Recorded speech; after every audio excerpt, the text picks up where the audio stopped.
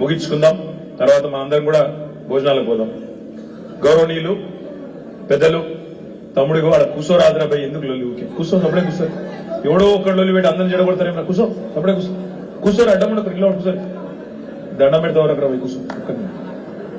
గౌరవనీయులైన పెద్దలు ఈరోజు కామారెడ్డి నియోజకవర్గ ముఖ్య కార్యకర్తలు ముఖ్య నాయకులు మన గులాబీ కుటుంబ సభ్యుల ఈ సమావేశానికి అధ్యక్షత వహిస్తున్న జిల్లా పార్టీ అధ్యక్షులు సోదరులు ముజీబుద్దీన్ గారు, గౌరవనీయులు ఈ కార్యక్రమంలో విశిష్ట అతిథిగా విచ్చేసిన మాజీ మంత్రివర్యులు పెద్దలు అన్న బాల్కొండ శాసనసభ్యులు ప్రశాంత్ రెడ్డి గారు, గౌరవనీయులు మీ అందరికీ ఆప్తులు సుపరిచితులు నా మిత్రులు ప్రభుత్వ మాజీ విప్ కామారెడ్డి మాజీ శాసనసభ్యులు గౌరవనీయులు శ్రీ గంపా గోవర్ధన్ గారు, గౌరవనీయులైన ఎల్లారెడ్డి మాజీ శాసనసభ్యులు పెద్దలు సోదరులు నల్లమడుగు సురేందర్ గారు, గౌరవనీయులు పెద్దలు అన్న తిరుమల రెడ్డి గారు, గౌరవనీయులు సోదరి మున్సిపల్ చైర్పర్సన్ కామారెడ్డి నిట్టు జాన్వి గారు, గౌరవనీయులు అన్న నరసింహరావు గారు,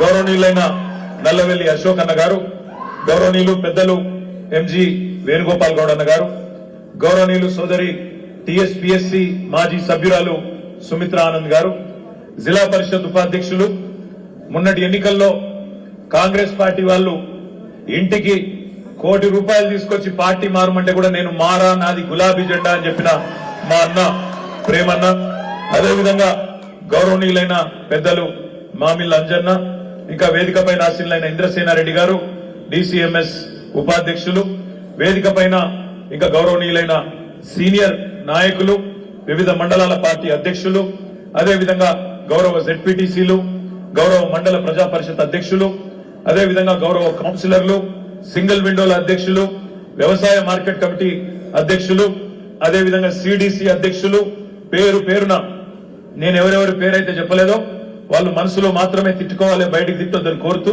లొల్లి పెట్టొద్దని కూడా కోరుతూ, వేదిక ముందున్న మా కుటుంబ సభ్యులందరికీ మొన్నటి ఎన్నికల్లో కేసీఆర్ గారి గెలుపు కోసం మీరే అభ్యర్థి అన్నంత గట్టిగా పనిచేసిన మీ అందరికీ హృదయపూర్వకంగా శిరస్సు వంచి నమస్కారం తెలియజేసుకుంటున్నా, ధన్యవాదాలు కూడా తెలియజేసుకుంటున్నా.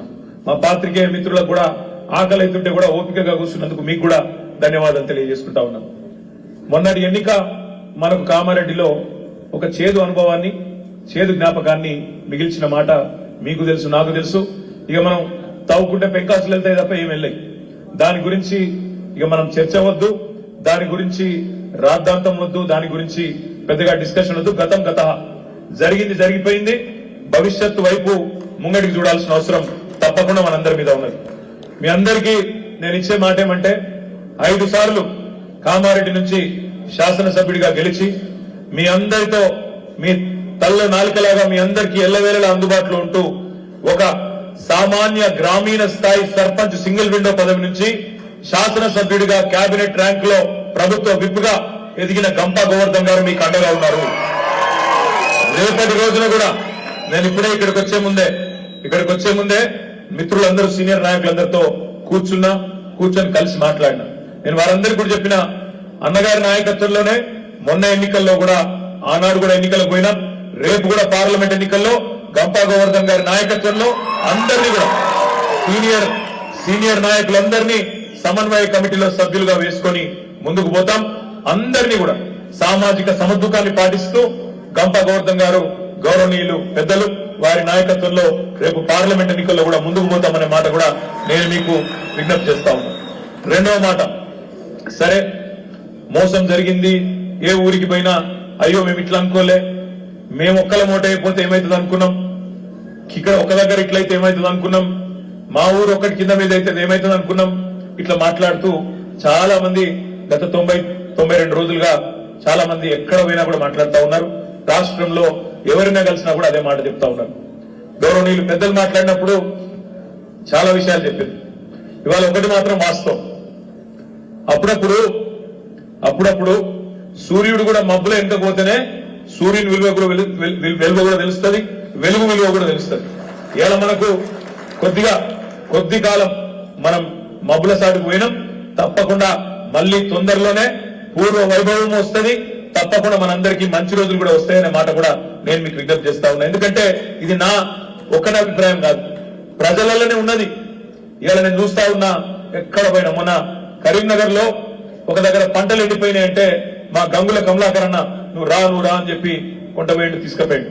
అక్కడ 5-6 రైతులు వచ్చిండు. శ్రీనివాస్ రెడ్డి అని ఒక ఆయన, తిరుపతి అని ఒక ఆయన, శంకర్ అని ఒక ఆయన, అంజయ్య గారు ఇంకో ఆయన, అందరూ పక్క పొలాలలో మేము బోంగనే వచ్చింది. మొత్తం ఎండిపోయినాయి, ఎక్కడికక్కడ నెర్రెలు వారి గందరగోళంగా ఉన్నది. వాళ్ళు చెప్తాను, మేము అడగని కూడా అడగలేకపోయి